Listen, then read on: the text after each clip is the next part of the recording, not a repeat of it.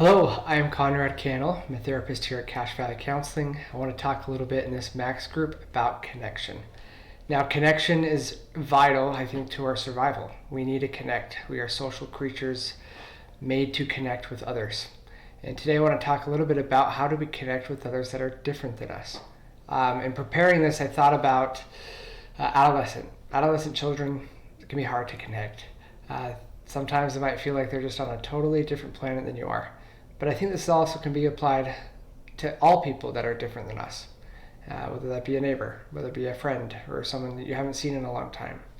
Or maybe it's someone you dislike, right? Maybe it's someone that you need to be able to forgive, right? All of these things that I'm going to talk about today can help with connection.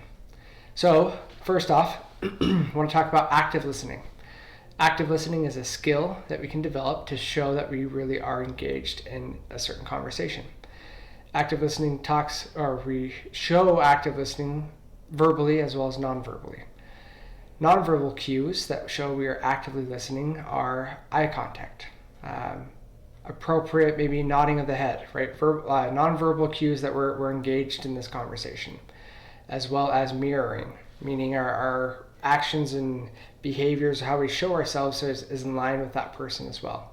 Not getting distracted, right, by a phone or something else, or really being engaged in that conversation. It can also look like leaning forward or smiling, depending on the situation. As well as verbal cues, right? Maybe it's a verbal agreement or a yes, or yep, I'm still here and I'm listening. Showing that in some verbal way, and that can lead into some of that reflecting, that verbal reflecting of what you hear someone just said, as well as the content or the underlying process or feelings or emotions with what was just shared. And we understand in our therapeutic work, content versus process. Content could be the facts, process could be how they share it and what it really does for them. So understanding that reflecting back both the content as well as the process can show that we are actively listening and engaged in that conversation. Another thing that we can do is respond with empathy. So empathy shows that I understand, that I'm with warmth and caring, that I'm here with you. Now, it doesn't always mean that I know how you feel. That statement can not come across well for those that don't feel like you know how they feel. And so being able to really reflect with warmth and empathy and say, hey, I understand that's hard, or that sounds really difficult, or man, I can't imagine what that is like to go through, but I'm here with you. That empathetic response shows that we're also engaged, and that helps create and foster good connection. Now, being curious. Being curious is a great way to help build connection.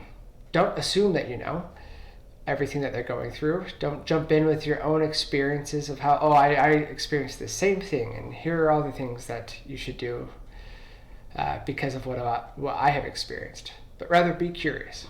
Be curious with what you hear. Ask more questions. Be aware that you may not know what to do, and that's okay. But to be curious, it helps them to know that you're there and create more conversation about it. And if you need to, ask clarifying questions. Part of that curiosity is the clarifying, hey, I don't really understand what that means. Help me understand it better. Or reflecting back, is this what you meant? Is this what you meant by this thing that you just shared? Just to get that curiosity and that clarifying done well. Now, also in connecting with someone else, oftentimes in conversation, we disclose things about ourselves. And that's okay, if done in a way that's still connecting. Now, sometimes we can overshare. We can share things that aren't relevant to the situation, or as I mentioned before, we can share things that make it feel like we know exactly what that person's going through.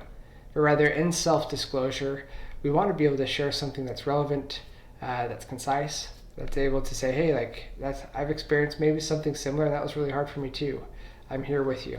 I'm still showing that I want to connect in whatever that is. Now, before a conversation with someone that you may not be ready to connect with, or that you want to connect with, but it hasn't gone well in the past, or you're just trying to, I'm nervous for how it may go, I'm not sure it will go well, prepare beforehand to deal with some of those uncomfortable things. Do the work that you need to in going into that conversation to know, hey, this may not work well, but I'm going to be here with it. It may be a little awkward, and that's okay. Another thing I want to share in connecting is to find common interests. Now, some people, you may believe there are zero interests. Explore that. Explore what really are potential common interests. Too often, I think we get stuck on the things that are different about us, things that we can't connect on. And if we can try in some way to focus on the things that we can connect on, that can help us build that connection.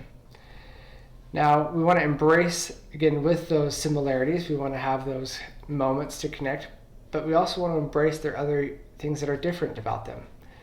For example, I have a nephew, he's 6 years old and loves Pokemon. Now, I think I played it as a kid, it's been a long time, and I'm not really fully engaged in that world, so to speak, anymore. But he loves it. He loves it. He brings his cards when he comes over to my house. He wants to trade. He wants to battle. He wants to do all these things. And to me, that's not my chosen activity that I would do on a normal day, but it is for him. And that's one way we can connect, is really sacrificing our time to do something that most interests them. So we trade, we talk about it, we have these battles. I really don't fully know what's going on, but he loves it. He loves it. That's a way that he really feels connected, and without doubt, he always comes with his cards ready to play. And it's connecting. Even though I don't like the activity itself, the interaction, the smile I see, the engagement is incredibly rewarding and helps build that connection and that bond. So whatever that thing is that you may not know about or understand, embrace it. Try something new. Ask questions, like I said before. Be curious. Have them talk about it. People love to talk about the things they're passionate about. And if you don't know about it, learn more about it. And it's okay that you don't like it at the end of the day as well. But that's how you can connect a little more. Another thing I want to share is to be yourself. We live in an age in social media where we don't show maybe all of our true selves. Now, I believe connection requires authenticity and being accepting. Without that authentic self, without accepting someone as they are, we can't really connect with that person. For example, if I'm putting on this front of a certain persona, maybe it's social media, maybe I'm showing I'm a certain way, and I'm trying to connect with someone else where they are, my version of me that's trying to connect is not actually me. And that doesn't lead to connection. It just can't happen. You can't fake it. And so to really have that emotional connection, you've got to be authentic and to accept others as they are. And that can build and embrace that connection. Now, going back to adolescence a little bit, I know they can be difficult to talk to at times. They can be maybe closed off, guarded. You ask them how their day was and they say, good, fine. Maybe it wasn't even an answer. Maybe they don't even acknowledge your presence. All of those can definitely be possibilities. But to understand, hey, to connect, I need to make sure they know they can respect me. That I view them as a mature person, that I'm not treating them as a child, that I feel like they're capable. And I also feel like that I'm aware of what they're going through. Now with that, is it always going to be possible to have a one-on-one conversation? No, and that's not necessarily always the goal. You may have to get creative in different ways to learn how to connect with those that are different than you. Maybe that's playing a game. Maybe that's engaging in a group setting. Maybe that's finding their own interests and showing what you do with them as well, right? Finding some sort of way to connect and meet them at their level, which then helps open oftentimes that bridge to be able to connect on a deeper level. We got to start somewhere, and some of that is embracing their own interests.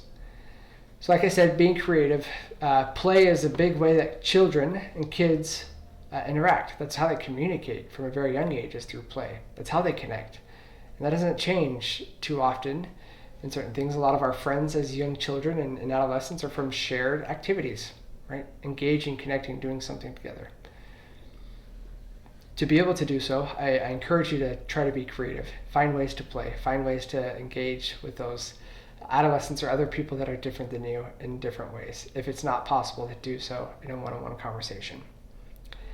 Now, confidentiality is a big part with working with adolescents or just people in general. Be respectful of what they share. Don't just assume that what they share is free to be shared with everyone else. Having someone they can really truly discuss things with, feel close to, connected, and confidential. That what they say is going to be kept confidential. Now I say excluding maybe safety and other concerning things that should be shared with the right people. We need to be able to have those conversations and keep them confidential. And when necessary, asking them what they need. Maybe they need comfort or support, or maybe they need suggestions. Maybe they need solutions. I would explicitly ask them what they need when sharing certain things with you, so that you can know, again, to connect. I can help them, I can be with them, I can help them meet their needs and work towards more connection and more experiences like that.